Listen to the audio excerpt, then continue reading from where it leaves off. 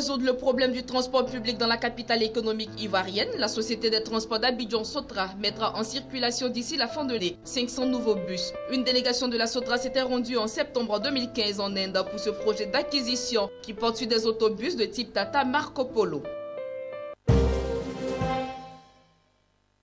Le gouvernement ivoirien a lancé un emprunt obligataire de 100 milliards de francs CFA sur le marché de l'Union économique et monétaire ouest-africaine UEMOA pour financer ses projets d'investissement. Cet emprunt obligataire par appel public du Trésor public de Côte d'Ivoire et dont la souscription est ouverte du 10 octobre au 10 novembre prochain est rémunéré à un taux d'intérêt de 5,90% l'an sur une durée de 10 ans. Le prix de cette obligation est fixé à 10 000 francs CFA. Pour la campagne 2016, environ 6,5 milliards de francs CFA ont été distribués aux acteurs de la filière, a indiqué le porte-parole du gouvernement Bruno Koné-Nabagné. Selon Bruno Koné, au cours de cette campagne, 32 628 tonnes de mangue ont été exportées contre 22 769 en 2015, soit une augmentation de 43,3%. Il a souligné qu'en raison de la diversification fruitière de la Côte d'Ivoire, la mangue occupe une place importante dans le développement économique avec une production nationale estimée à environ 100 000 tonnes. Faisant ainsi de la mangue le troisième fruit exporté par le pays après l'ananas et la banane. Le porte-parole du gouvernement a relevé une constance du nombre d'interceptions à l'entrée des pays importateurs, malgré l'augmentation de la quantité de mangue à l'exportation, d'où la mise en place d'un plan régional de lutte contre ce phénomène en Afrique de l'Ouest, d'un coût de 23,5 millions d'euros, soit 15,4 milliards de francs CFA, ce qui permettra d'améliorer les revenus des producteurs de fruits et légumes et de réduire de façon significative le nombre d'interceptions dues aux mouches des fruits. Le prix moyen de kilogramme de mangue est cependant à 200 francs CFA cette année.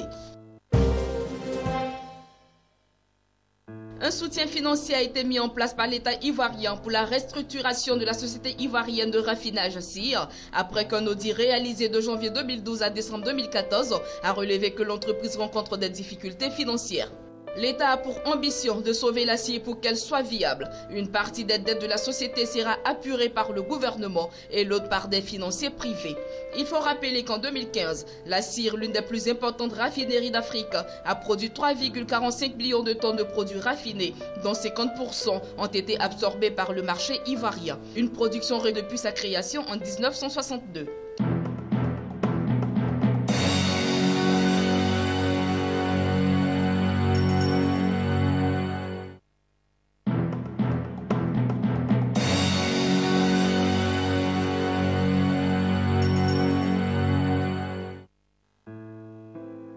La multiplication par 5 du capital social minimal des assureurs décidé en avril 2016 par la Conférence interafricaine des marchés d'assurance CIMA, un organisme communautaire du secteur des assurances regroupant 14 pays de l'Afrique centrale et de l'Ouest, devrait déclencher une véritable révolution qui va secouer le secteur en profondeur durant plusieurs années, a estimé le cabinet de conseil spécialisé sur le continent africain Finactu dans une étude. La réforme préconise que le capital social minimum des sociétés anonymes d'assurance passe de 1 à 5 milliards de francs CFA et le fonds d'établissement minimum des sociétés d'assurance mutuelle de 800 millions à 3 milliards de francs CFA. Les sociétés anonymes d'assurance en activité qui ont un capital social inférieur à ce minimum disposent d'un délai de 3 ans pour porter leur capital social minimum à 3 milliards de francs CFA et de 5 ans pour le porter à 5 milliards de francs CFA à compter de la date d'entrée en vigueur du test. En outre, les fonds propres ne doivent pas être inférieurs à 80% du montant minimum du capital social.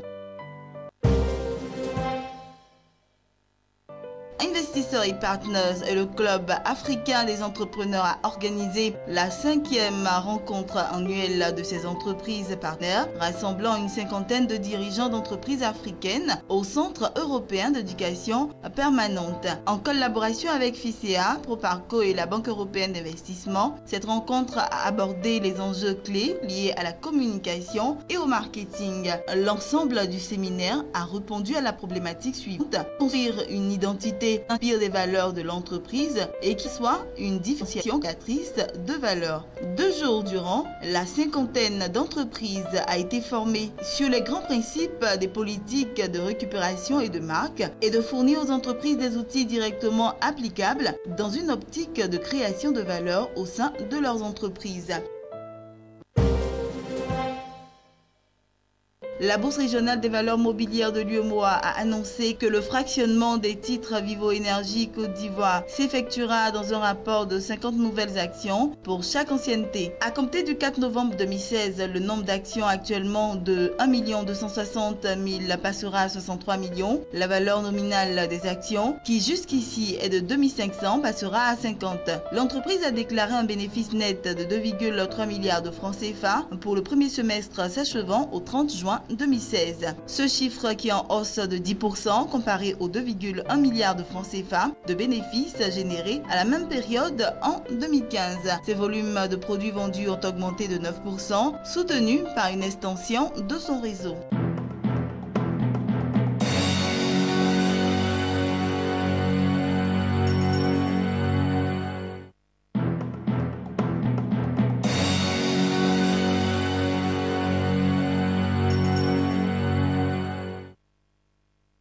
La marque Volkswagen vise des économies de coûts de quelque 3,7 milliards d'euros d'ici 2021 dans le cadre de ce qui est présenté comme un futur pacte d'avenir avec les travailleurs, ont dit des sources proches des négociations. Le premier constructeur automobile européen doit trouver des marges de manœuvre pour financer à la fois la transition vers des véhicules électriques et des voitures autonomes et la facture en milliards d'euros du scandale des émissions de ces voitures diesel. Les nouvelles économies de coûts viendraient se rajouter à un programme d'efficacité de 5 milliards d'euros annoncé par Volkswagen en 2014, dont la moitié environ a déjà été réalisée, ont ajouté les sources. La production mondiale de vin en 2016 est estimée à 259 millions d'hectolitres, soit un recul de 5% par rapport à 2015, a annoncé jeudi à Paris l'Organisation internationale de la vigne et du vin. Cette production compte parmi les plus faibles depuis 20 ans, mais elle recouvre des situations très contrastées, conséquences des événements climatiques, a précisé l'organisation lors d'une conférence de presse. Dans ce contexte, l'Italie devrait maintenir sa première place de producteur mondial avec 48,8 millions d'hectolitres, suivi de la France, 41,9 millions d'hectolitres.